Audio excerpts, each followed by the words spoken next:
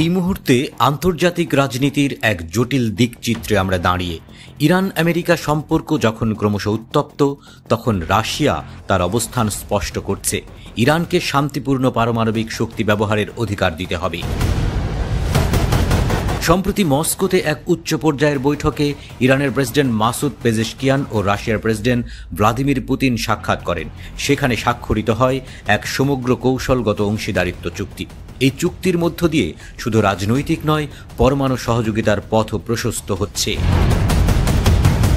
এই পটভূমিতে রাশিয়ার মুখপাত্র দিমিত্রি পেসকভ এক সাংবাদিক সম্মেলনে বলেন, ইরানের শান্তিপূর্ণ পারমাণবিক শক্তি ব্যবহারের অধিকার রয়েছে এবং তারা আন্তর্জাতিক আইনের মধ্যেই কাজ করছে।